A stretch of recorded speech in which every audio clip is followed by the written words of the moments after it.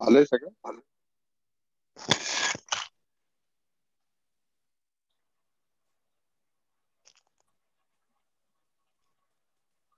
सुरू करू बडगे सर?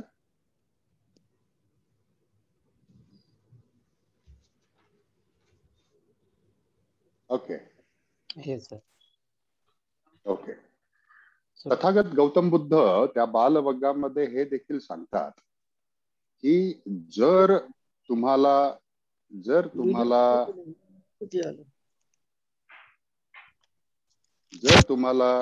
एका बेटर किंवा वाईज व्यक्तीची जर संगत जर लाभत नसेल तर एकटं राहणं किंवा एकटा प्रवास करणं, जगणं हे योग्य राहील.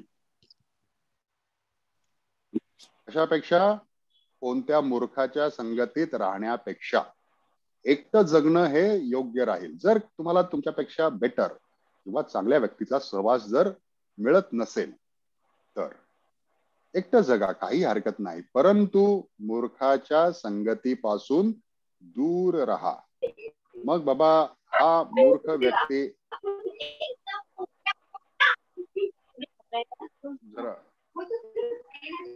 जरा म्यूट करा.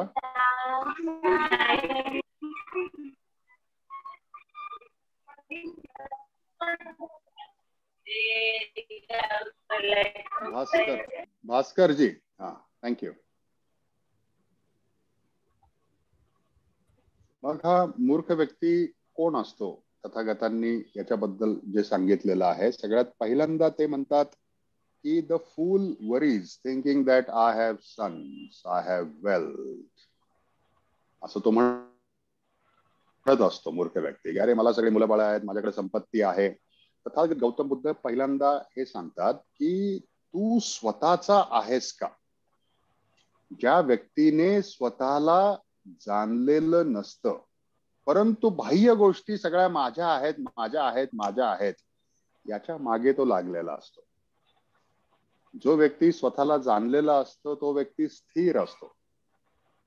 ओके. पण जर तो अस्थिर असून बाह्य गोष्टींच्या मागे धावत असलेला व्यक्ती, तर हे पहिलं लक्षण हे मूर्खाचं सांगितलेलं आहे. ओके. दुसरं जे सांगितलेलं आहे, फूल थिंक्स हिमसेल्फ वाईज, म्हणजे तो स्वतःला शहाणा समजतो. प्रत्येक जण, म्हणजे काही मूर्ख व्यक्ती असतात ते स्वतःला शहाणे किंवा अतिशहाणे समजत असतात आणि दुसऱ्यांना मूर्खात काढत असतात. आपल्या अवतीभोवती तुम्ही असे काही व्यक्ती पाहिले असतील का की जे दुसऱ्यांना मूर्खात काढत असतात? समाज कार्यामध्ये तुम्ही पाहिलेले आहेत त्या व्यक्ती? अरे त्याला काय समजतंय रे, त्याला डोकंच नाही, असे म्हणणारे व्यक्ती कुठे पाहिलेत का तुम्ही? भरपूर आहेत आजूबाजूला. पाहतो ना आपण, भरपूर आहेत, भरपूर दिसतात. अरे त्याला काय समजतंय, त्याला काय कळत नाही का नाही.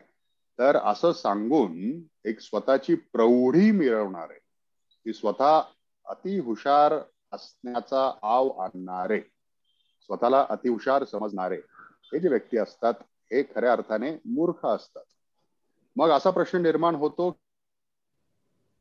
की बाबा जर हुशारी जर असेल तुमच्याकडे तर ती हुशारी दाखवायची का नाही? तुम्हाला काय वाटतं? जर तुमच्याकडे जर काही हुशारी असेल तर ती हुशारी दाखवायची का नाही, सांगायची का नाही? तुमच्या हुशारीमुळे जर दुसऱ्यांना फायदा होत असेल तर ती जरूर सांगावी, पण ती तर्कसंगत असणं फार आवश्यक आहे. ती तर्कसंगत जर नसेल तर मग सांगू नये, असं मला वाटतं. ओके, हा एक व्ह्यू पॉइंट आला पुरुषोत्तमजी यांच्याकडून. अजून हुशारी सांगावी का, दाखवावी का, काय वाटतं तुम्हाला? विचार करा, हुशारी आणि उदाहरण पण द्या. हुशारी मूर्खांसमोर सांगणे व्यर्थ आहे. ओके, मग कोणासमोर सांगायची? ऑब्विसली जे मूर्ख नाही, जे समजून घेऊ शकतात, कारण की मूर्खांसमोर म्हणजे टाइम वेस्ट आहे. मग आता इथं आपण आता कन्सिडर करू एक उदाहरण, की समजा आपल्या ग्रुपवरती सगळे शहाणे आहेत, वाईज आहेत. मग जर तुम्हाला जर हुशारी सांगायची असेल किंवा कुणालाही सांगायची असेल, कशी सांगाल? कशी सांगणार?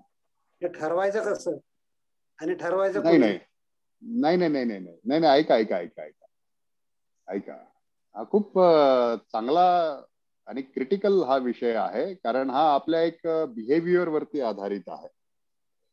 पुरुषोत्तमजींकडून एक दृष्टिकोन आला की जरूर सांगावी, ती तर्कसंगत असली पाहिजे. प्रिया मॅडमनी सांगितलं होतं की मूर्खांच्या समोर सांगावी नाही. मग दुसरा असा प्रश्न येतो की जर जे मूर्ख नाहीत त्यांच्या समोर कशी सांगावी, कशा पद्धतीने सांगावी? जसं तुम्ही सांगत आहात. मी कधी माझी हुशारी मी सांगितली नाही, मी हुशार आहे म्हणून सांगितली का? तुमचं नॉलेज हेच तुमची हुशारकी आहे. नाही, मग माझा प्रश्न तुम्ही नीट समजून नाही घेतला, त्यामुळे मग उत्तर देण्यामध्ये गफलत झालेली आहे. मी प्रश्न स्पेसिफिक विचारला होता की हुशारी सांगावी का, दाखवावी सुद्धा का, की मी हुशार आहे म्हणून, हा प्रश्न होता. गुगली होता हा प्रश्न, आहे का नाही? हा, समजला का तुम्हाला प्रश्न?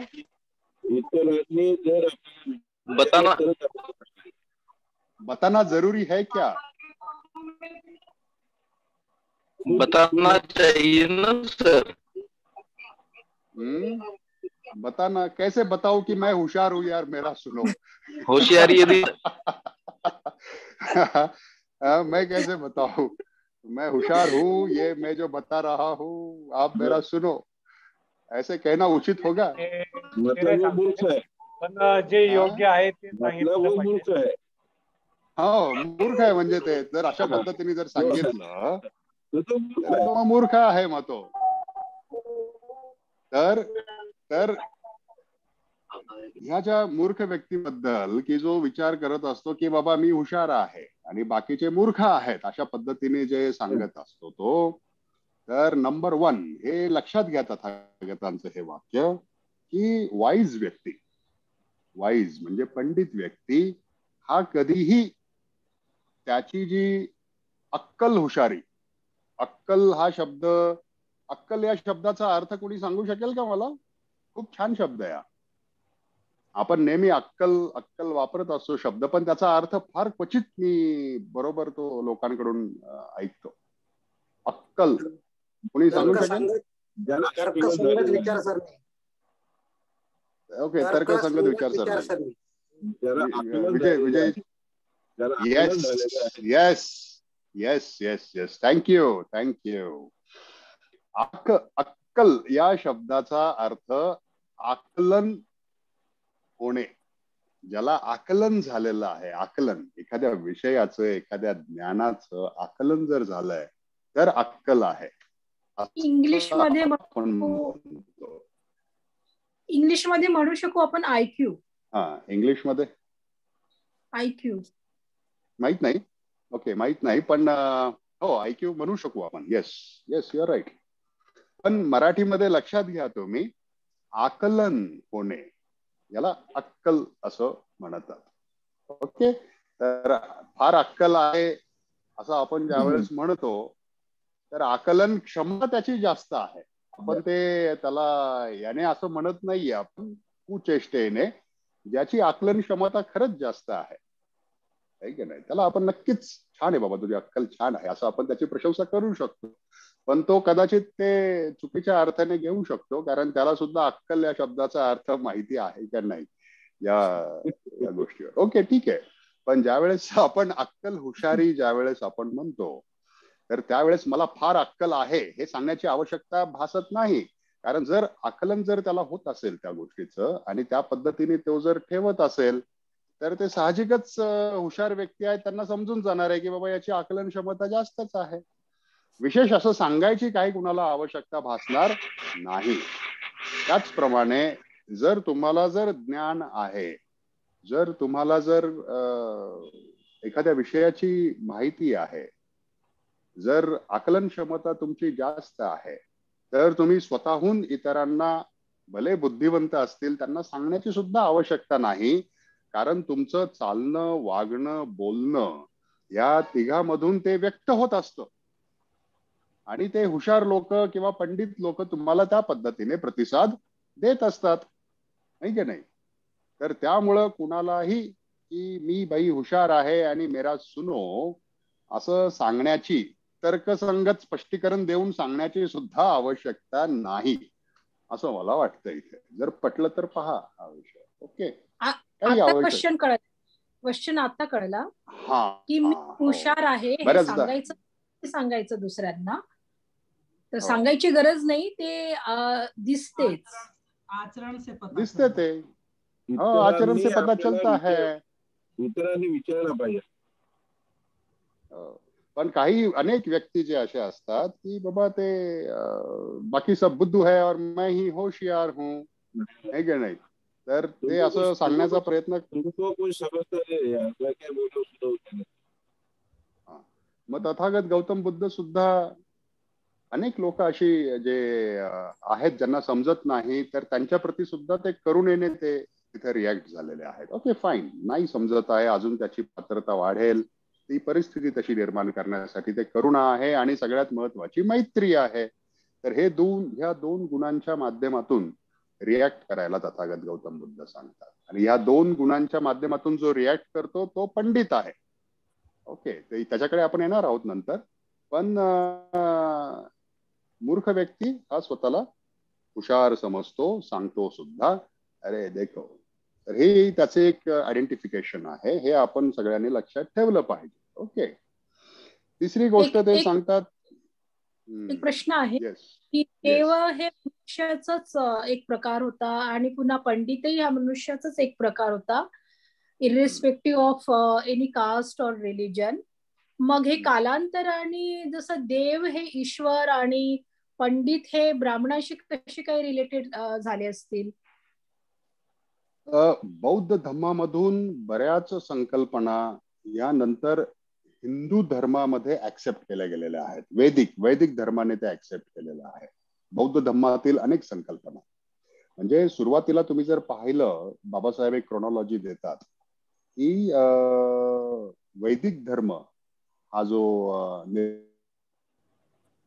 झाला, तर त्यातल्या काही टर्मिनॉलॉजी होत्या, तर त्यांच्यामध्ये सुद्धा देव ही टर्मिनॉलॉजी होती.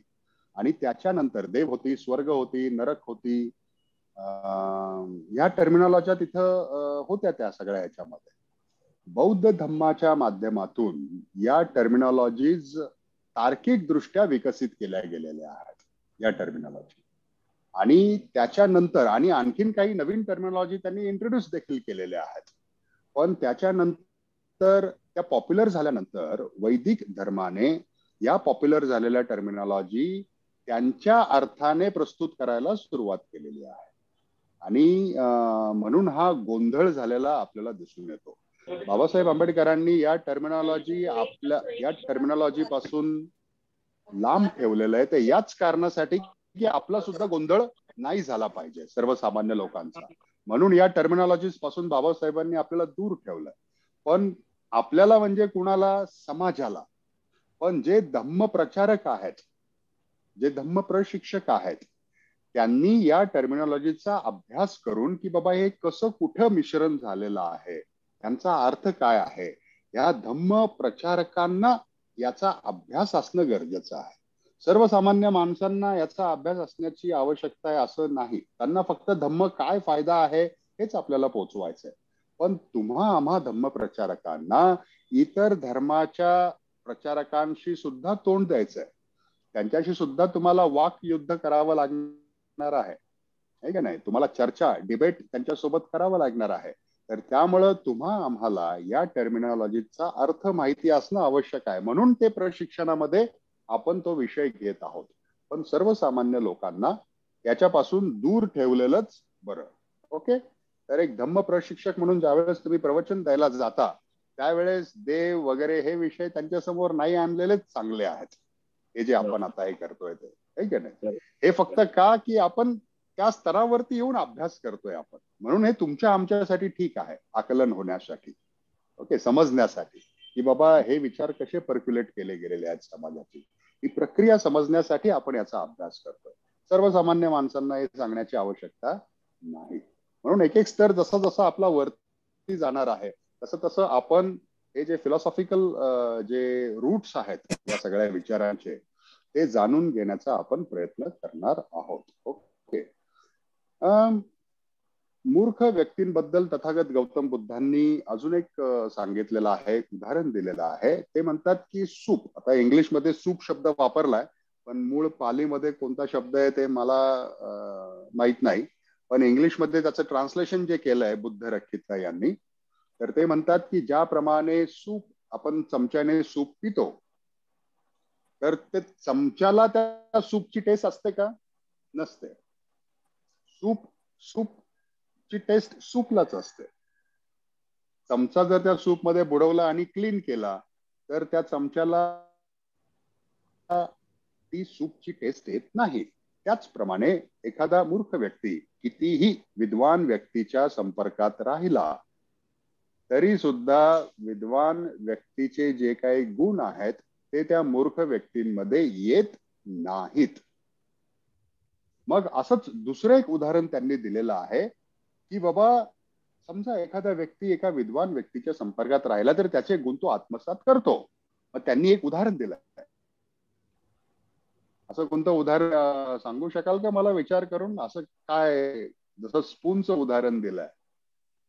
चहामध्ये आपण चमच्याने साखर टाकतो पण चमचा काय गोड नसतो, साखरच गोड असते. तसं असं एक उदाहरण तुमच्या लक्षात येतंय का की जर एखादा व्यक्ती एखाद्या सद्गुण असलेल्या व्यक्तीच्या संपर्कात राहिला तर त्याच्यामध्ये सुद्धा ते सद्गुण येतात? असं काही उदाहरण दैनंदिन जीवनामध्ये असणार, चमच्याचं असेल, तर पूर्वी असेल, व्हॉटएव्हर. तर पूर्वी एक म्हण रूढी लागू होती. एक म्हण सांगत असत मराठीमध्ये, ढवळ्या शेजारी बांधला पवळा, वाण नाही त्याचा रंग लागत नाही परंतु त्याचे गुण नक्की लागतात. ढवळ्या शेजारी बांधला पवळा, त्याचे वाण नाही पण म्हणजे सफेद कलरचा बैल आणि पिवळा कलर बैल आहे, दोघ जण शेजारी शेजारी, त्यांचे वाण एकमेकाला कलर लागत नाही परंतु त्यांचे गुण एकमेकाला लागतात. गुण लागतात. बरोबर आहे. अजून एक उदाहरण देऊ शकेल सर? ऐहोळे. बोला ना. हा सर, तुकाराम महाराजांचा एक अभंग आहे ऊसावरचा. ऊस परी डोंगात रस नव्हे डोंगा. म्हणजे जो ज्या गुणकारी आहे, तो गुणधर्म आहे, तो गुणधर्म त्याच्या आकारावरती किंवा ह्याच्यावरती अवलंबून नसून त्याचा तो गुणधर्म तो सोडत नाही. जसं की ऊस जरी वाकडा तिकडा असला तरी रसाची गोडी मात्र गोडच असते. बरोबर. तथागत गौतम बुद्धांनी याच्यामध्ये जिभेचं उदाहरण दिलेलं आहे. जीभ, चमचा आणि सूप याचं एक त्यांनी उदाहरण दिलंय की त्या चमच्यामध्ये सूप जर टाकलं आणि पिलं तर त्या चमच्याला काय सूपची चव येत नाही, परंतु जर ते सूप तुमच्या जिभेवरती आलं तर त्या सूपची गोडी, तुमची टेस्ट जीभ ही सांगत असते. बरोबर आहे का नाही? जिभेवर चव रेंगाळते असं आपण म्हणतो ना, आहे की नाही? तर ती ऍब्झॉर्ब करून ती सांगते त्या सूपची चव काय आहे, त्या पदार्थाची चव काय आहे, एक ऍब्झॉर्ब करते ती चव. एक स्पॉन्ज सुद्धा तुम्ही जर पाहिला, जसं ते पाणी ऍब्झॉर्ब करतं, तसा जर एखादा सीकर किंवा वाईज व्यक्ती जर एखाद्या विद्वानाच्या संपर्कात आला तर तो ते गुण आत्मसात करतो. परंतु मूर्ख व्यक्ती कितीही सोबत राहिला तरी ते गुण आत्मसात त्याचे होत नसतात. असे बरेचसे लोक आपण पाहतो, शाळेमध्ये असतील, कॉलेजमध्ये असतील, समाजामध्ये असतील. अरे भाई, चांगल्या संगतीत राहतो पण काय त्याचा एक बदल होत नसतो. ओके, तर हे एक उदाहरण मूर्ख व्यक्तीबद्दल तथागत गौतम बुद्धांनी दिलेलं आहे. त्यानंतर अजून एक महत्वाचं उदाहरण तथागत गौतम बुद्ध सांगतात, जे आपण दैनंदिन जीवनामध्ये पाहत सुद्धा असतो. विहारामध्ये अध्यक्ष महोदय असतात, सगळेच अध्यक्ष म्हणत नाही मी, पण बरेचसे विहाराधिपती असतात, अध्यक्ष असतात, महासचिव असतात, मंडळ असतं, ते त्याच्यावरती ताबा ठेवून बसलेलं असतं, नाही का नाही. काही व्यक्ती असतात ते पदाला चिकटून बसलेले असतात. बुद्धिस्ट सोसायटी ऑफ इंडियामध्ये सुद्धा आहेत, राजकारणामध्ये सुद्धा आहेत, बऱ्याच संस्थांमध्ये असतात. ते पद सोडायला तयारच नसतात. ती लोक पदाला चिकटून असतात, विहाराला चिकटून असतात. एक सर्वसामान्य लोकांमध्ये त्यांना मान प्रतिष्ठा पाहिजे असते, त्याच्यासाठी ते भुकेलेले असतात. म्हणजे एखादा मूर्ख व्यक्ती, तथागत गौतम बुद्ध म्हणतात की ते रेप्युटेशनचा फार लोभी असतो. रेप्युटेशन, की नाही मला हे सन्मान मिळाला पाहिजे, नाही मला ही प्रतिष्ठा मिळाली पाहिजे, मला हे पद मिळालं पाहिजे, याच्या मागे तो लोभी असतो. पद, प्रतिष्ठा याच्या मागे जाणारा व्यक्ती. तर तथागत गौतम बुद्ध म्हणतात की वाईज व्यक्ती जो आहे तो याच्या मागे नसतो. ते त्याच्याकडे ऑटोमॅटिक चालून येत असतं, आणि नाही आलं चालून तरी सुद्धा वाईज व्यक्तीला काही फरक पडतो नाही, त्याला काही फरक पडत नाही. पण मूर्ख व्यक्तीला मात्र फरक पडत असतो. मग तुम्ही हे अधिकाधिक राजकारणामध्ये पाहत असाल. डॉक्टर बाबासाहेब आंबेडकरांचं उदाहरण जर घेतलं तर बाबासाहेब आंबेडकर कोणत्या पदाचे अभिलाषी होते का? आपण पाहतो का? राजकारणामध्ये असताना सुद्धा होते? कधी त्यांना ते पद पाहिजे होतं का? कधीच नाही. खरं धार्मिक व्यक्ती एखाद्या राजकारणामध्ये जर गेला तर त्याचं राजकारण कसं असेल, तर ते डॉक्टर बाबासाहेब आंबेडकरांच्या व्यक्तिमत्वावरून, त्यांच्या उदाहरणावरून आपण समजून घेऊ शकतो. ते म्हटले की मला प्रधानमंत्री व्हायला सहज शक्य झालं असतं, असं ते म्हणतात, नाही का नाही. नेहरू क्या, मैं प्रधानमंत्री हो सकता था लेकिन मुझे उसकी लालच नहीं है. इवन ते पहिले कायदे मंत्री असताना ते पद त्यांनी लाथाडलं होतं. म्हणजे बाबासाहेब राजकारणामध्ये सुद्धा जरी असले तरी त्यांना इथं पदाची, त्यांना तिथं हे नव्हती, पर्वा नव्हती, प्रतिष्ठेची तिथं त्यांना अजिबात लालच नव्हती, आसक्ती नव्हती.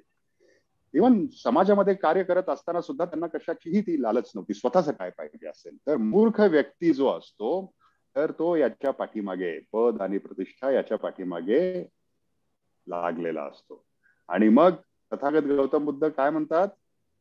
अशा मूर्ख व्यक्तींच्या सोबत राहणं हे तुमच्यासाठी हानिकारक आहे. ओके, तर अशा व्यक्ती ओळखा आणि त्याच्या सोबत राहण्याचं टाळा. त्याच्यापेक्षा एकटं राहिलेलं ही कधीही चांगलं तुमच्या आध्यात्मिक प्रगतीसाठी. ओके, त्याच्यासोबत राहिला तर तुम्ही तुमच्या मनाची शांती सुद्धा हे करून जा. You will miss, you will lose. Okay, तर आता आपण दुसऱ्या ह्याच्याकडे येऊ. अजूनही बरंच त्यांनी सांगितलेलं आहे, पण हे प्रॉमिनंट पॉइंट्स मी तुम्हाला इथे सांगितलेले आहेत. जर तुम्हाला अधिक माहिती घ्यायची असेल तर बालवग्ग धम्मपदामध्ये तुम्ही जरूर पहा. त्याच्यानंतर पंडित वग्ग म्हणून द वाईज म्हणून तथागत गौतम बुद्धांनी वाईज व्यक्तीचे निकष दिलेले आहेत. ओके, तर कोणी सांगू शकेल का वाईज व्यक्ती कुणाला म्हणू आपण? त्याचे इंडिकेशन्स काय वाटतात तुम्हाला? तुम्ही आतापर्यंत, आता आपण सगळे एक मध्यमवर्गीय नाही, काय एज, मिडल एजला काय म्हणतात? मिडल एज पीपल आहोत. मिडल एज म्हणजे काय? मध्यम वयाचे. मध्यम वयाचे. ओके, मध्यम वयाचे म्हणजे जीवनामध्ये काही अनेक संघर्ष करून आपण इथपर्यंत पोहोचलेलो आहोत. थोडे जाणते सवरते मॅच्युअर्ड लोक आहोत आपण सगळे. मग तरी आपल्या आता एक वाईज व्यक्ती कुणाला म्हणता येईल? आपल्या प्रत्येकाने समजलं असेल थोडंफार, सांगा. जो अनुभव संपन्न असतो, अनुभव जो प्रत्येक गोष्ट तर्काच्या आधारावर सांगतो किंवा आपल्या अनुभवातून जो ते शिकलं असतं ते तो मांडण्याचा प्रयत्न करतो, असाच माणूस देणे. राईट. ओके. आणि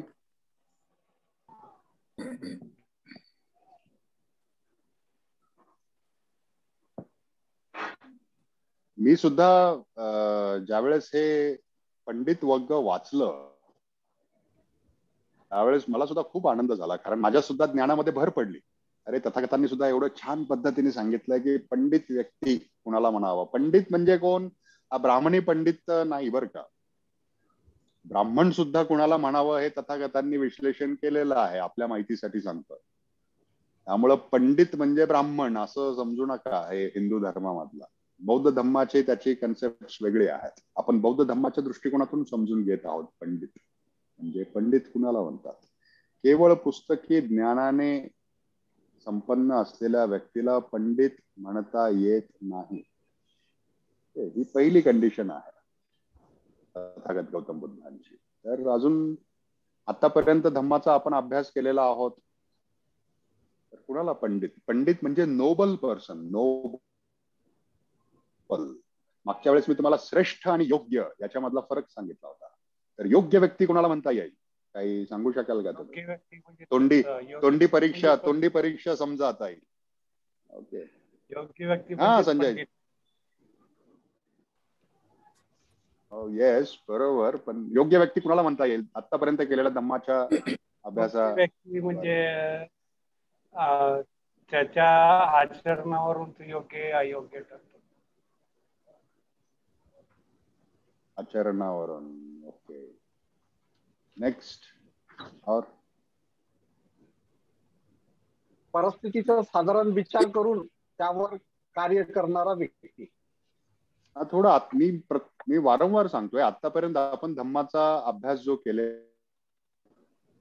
आहे मग त्याच्यामधले काही रेफरन्सेस घेऊन सांगू शकाल का तुम्ही? योग्य व्यक्ती कुणाला म्हणता येईल? ज्ञानासोबतच करुणा आणि नीतिमत्ता म्हणजे शील किंवा 10 पारामिता त्याच्यामध्ये अंश आहे. हुशारी आणि ज्ञान आहे, त्याबरोबरच इतरही जे गुण आहेत. म्हणजे थोडक्यात तुम्ही म्हणताय की धम्माचं आकलन झालेला व्यक्ती आणि धम्माप्रमाणे जीवन व्यतीत करणारा व्यक्ती. बरोबर आहे ना? हो. किती सोपं आहे. धम्माचं आकलन झालेला व्यक्ती आणि धम्माप्रमाणे जीवन व्यतीत करण्याचा प्रयत्न करणारा व्यक्ती हा एक योग्य व्यक्ती असू शकतो. तो चुकीच्या मार्गावरती जाणारा व्यक्ती नसेल, हे की नाही? बरोबर आहे ना? ज्याला धम्माचा थोडंफार का आकलन झालेला आहे तो व्यक्ती मूर्ख व्यक्ती असू शकतो का? नाही, कदापि नाही. जे आपण अभ्यास करतो ते या शब्दांमध्ये प्रस्तुत करण्याचा प्रयत्न करा. माझ्यासाठी नाही, पण कारण तुम्ही इतर लोकांच्या समोर जाणार आहात आणि त्यांना धम्म काय आहे हे सांगणार आहात तुम्ही. तर त्यावेळेस ते शब्द तुमच्या तोंडामध्ये मनामध्ये येणं खूप गरजेचं आहे. नाहीतर मग समोरचे सुद्धा असे भरकटून जातील. Okay okay. Let us review. Tathagata Gautam बुद्धांनी पंडित वग्ग मध्ये काय काय रेफरन्सेस दिलेले आहेत? सगळ्यात पहिल्यांदा ते म्हणतात, he who drinks the deep Dhamma lives happily with a tranquil mind. म्हणजे ही हू ड्रिंक्स डीप धम्मा म्हणजे त्याने धम्म समजलाय आणि धम्म समजल्यानंतर पहिलं गोष्ट काय होते? तो व्यक्ती स्थिर होतो, ट्रँक्विल होते त्याचं माइंड. मूर्ख व्यक्तीच्या बाबतीमध्ये सुद्धा तथागतांनी सांगितलेलं आहे, जो अस्थिर आहे. अस्थिर म्हणजे स्वतः काय आहे ते माहित नाही आणि बाह्य गोष्टींच्या पाठीमागे जो धावत आहे. आणि पंडित व्यक्तीच्या बाबतीत काय म्हणतात की ज्याने धम्म डीप मध्ये एक समजलेला आहे आणि त्याचं मन शांत आहे, स्थिर आहे. म्हणजे जरी गोंगाट असेल, प्रतिकूल वातावरण असेल तरी तो शांत असतो, अस्थिर असतो. असा हे पहिले इंडिकेशन आहे वाईज व्यक्तीचं. म्हणजे त्याला दुसऱ्या शब्दामध्ये विचलित न होणे असं म्हणतात. ओके, विचलित होत नाही, स्थिर असतो. बरेचसे लोक आपले रिॲक्शनरी असतात, आपण पाहतो. वाईज व्यक्ती रिॲक्शन देत नाही. रिॲक्शन म्हणजे काही ऍक्शन झाले की दिलीच लगेच रिॲक्शन. मीडियामध्ये आपण पाहतो, ठीक आहे. मीडियामध्ये काहीतरी ऍक्शन झाले की रिॲक्शन देणारेच भरपूर असतात त्याच्यामध्ये. ये ऐसा हुआ वैसा हुआ ये हुआ. मी काल नाही, काही दिवसांपूर्वी राजीव कपूर माहितीये का? राजीव कपूर हा राज कपूरचा मुलगा, रणधीर कपूरचा भाऊ, ऋषी कपूरचा भाऊ राजीव कपूर, बरोबर आहे ना? तर राजीव कपूरचं निधन झालं होतं एक 10-15 दिवसापूर्वीची गोष्ट असेल. तर रणधीर कपूर बिचारा त्या हॉस्पिटलमधून असा खाली येत होता त्या नर्सच्या मदतीने. त्याला चालता पण येत नव्हतं, डोळे त्याचे पाणावलेले होते. आता त्याने गॉगल घातला होता, पण चेहऱ्याचे हावभाव सांगत होते की त्याला वाईट. नक्कीच भाऊ आहे त्याचा शेवटी तो. आणि ऋषी कपूरचं पण निधन झालं, राजीव कपूर. आणि तिथे ते पत्रकार आले आणि त्या एका पत्रकाराने त्यांना विचारला प्रश्न, आपको कितना दुख हुआ है आपके भाई के निधन पर? रणधीर जी, आपको कितना दुख हो रहा है? तुम्ही जर कुणाला जर पाहिजे असेल तर तुम्ही जरूर पहा, ते युट्यूब वर आहे तो व्हिडिओ, कितना दुख हो रहा है. आता तो व्यक्ती काय सांगणार कितना दुख हो रहा है की नाही. पण हे असे प्रश्न विचारणारे मीडियामध्ये असतात. रिॲक्शन आता काय आणखी उदाहरण आहे सर, जेव्हा काही संकट येते किंवा काही पूर वगैरे येतो, काही नैसर्गिक आपत्ती येते, तुम्हाला याबद्दल काय वाटतं? हो, ते एक आहे. पण मला कम्प्लीट करायचं आहे. जर तिथे जर दुसरा व्यक्ती जर असता तर कदाचित त्याने त्या पत्रकाराला झापलं सुद्धा असतं. बरोबर आहे का नाही? झापलं सुद्धा असतं. ही झाली रिॲक्शन झाली त्याची. पण रणधीर कपूर शांतपणे निघून गेला आपल्या कारमध्ये. म्हणजे एक वाईज व्यक्ती. आता मी असं म्हणत नाही की बाबा रणधीर कपूर वाईज आहेत, पण एक उदाहरण म्हणून एक उदाहरण म्हणून मी एक सांगतो की एखादी ऍक्शन, एखादी कृती ज्या वेळेस घडते, एक वाईज व्यक्ती तत्काळ रिॲक्शन देत नाही त्याला. ओके, डायरेक्ट प्रतिक्रिया तो देत नाही. तो एक शांत असतो, ट्रँकिल असतो, विचार करतो तो की प्रतिक्रिया देण्याची आवश्यकता आहे का नाही आहे, कुणाला प्रतिक्रिया द्यावी. ओके, याचा देखील तो विचार करत असतो. ओके, तो ट्रँकिल इन माइंड, स्थिर असणं त्याच्यामध्ये, हा त्याचा तो अर्थ होतो.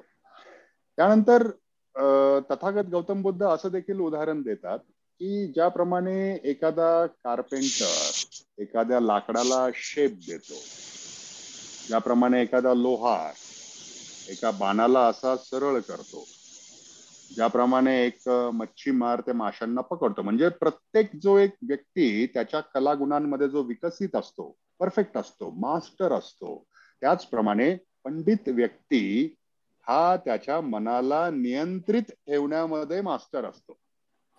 हे तथागत गौतम बुद्ध सांगतात पंडित व्यक्तीबद्दल. ओके, तर हे गुण जे आहेत पंडित व्यक्तीचे, हे तुम्ही लक्षात घ्या. पहिली गोष्ट म्हणजे धम्माच्या अभ्यासामध्ये, आकलनामध्ये जो दीप असतो त्याचं मन स्थिर असतं. तिसरी गोष्ट, मनावर नियंत्रण जो ठेवत असतो तो. आता मनावर नियंत्रण ठेवणे, याला दुसरा शब्द कोणता आहे, कोणी सांगू शकेल?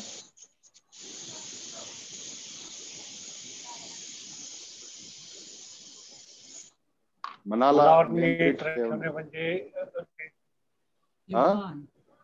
निब्बाण. Yes yes yes yes. कौन जवाब दिया? Madam. Sunanda madam. Sunanda madam pass हो गई आप, चलिए. तोंडी परीक्षा में. ओके, म्हणजे पाठीमागे जे आपण शिकतोय, चर्चा करतोय, ते कोणीतरी लक्षात ठेवतंय बाबा.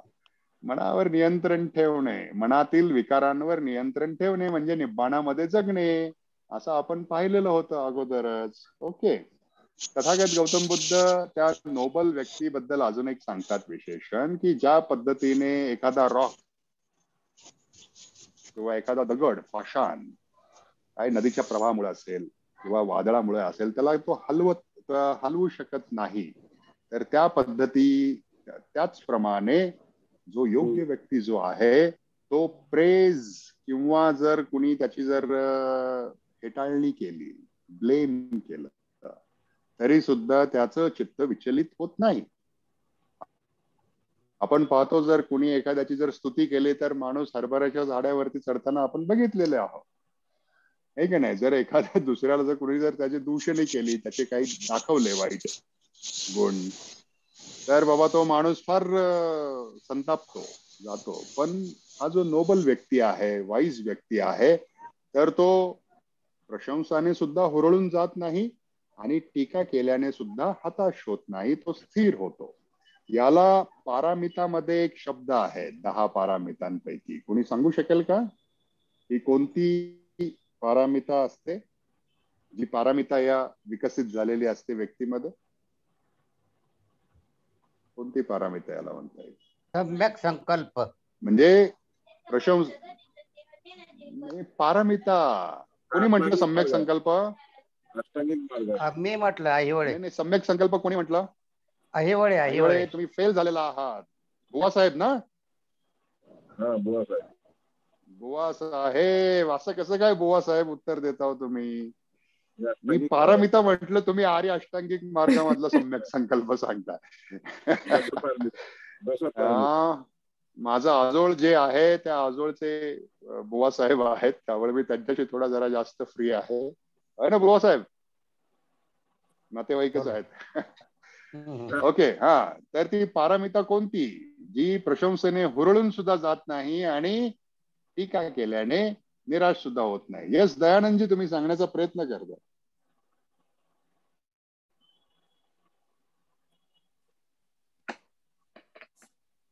हा दयानंदजी, अनम्यूट करा की. सर अनित्य. सर अनित्य किधर पारामिता है दयानंदजी? नाही पारामिता नाही सर. जर कुठल्याही गोष्टीला न डगमगता. नाही, अनित्याचा अर्थच वेगळा होतो.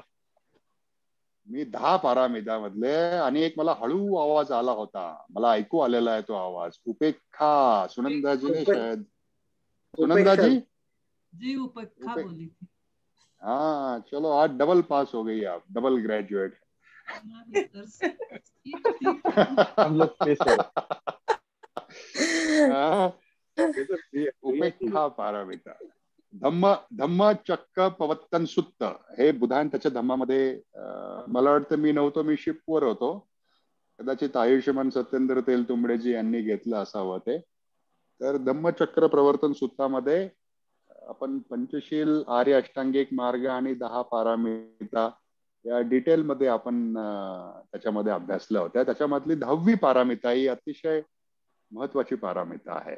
ती तिला बुद्धाची पारामिता असं म्हणतात, बुद्ध अवस्थेची पारामिता, उपेक्षा पारामिता.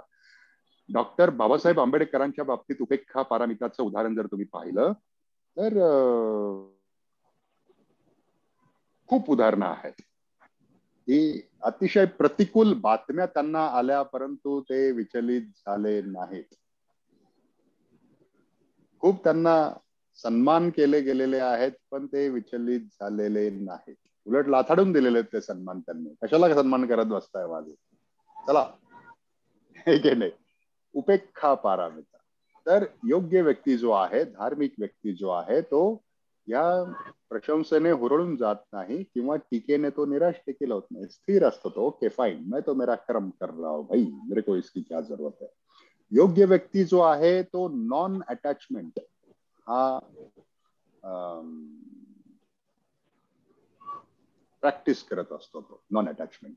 ओके, तर म्हणजे थोडक्यात योग्य व्यक्तीबद्दल जे सांगितलंय तथागतांनी, तर ते सगळे धम्माचे गुण सांगितलेले आहेत. 10 पारामिता तुम्ही जर वाचल्या तर 10 पारामित्या थोड्या जरी त्या व्यक्तीच्या व्यक्तिमत्वामध्ये जर आल्या तर तो व्यक्ती योग्य आहे असं समजायचं. जो व्यक्ती धम्माचं आकलन करत आहे, धम्माप्रमाणे जगण्याचा प्रयत्न करत आहे, तो व्यक्ती योग्य आहे असं समजायचं. मग प्रत्येक श्रेष्ठ व्यक्ती योग्य असेलच असं नाही, परंतु प्रत्येक योग्य व्यक्ती हा नक्कीच श्रेष्ठ असतो. तर तुम्ही सगळेजण विशुद्धी देव या कॅटेगरीमध्ये येणारे, धम्माचं पालन करणारे, धम्म समजून जीवन जगणारी लोक आहात. त्यामुळे तुम्ही सगळेजण विशुद्ध देव आहात, तुम्ही सगळेजण योग्य लोक आहात.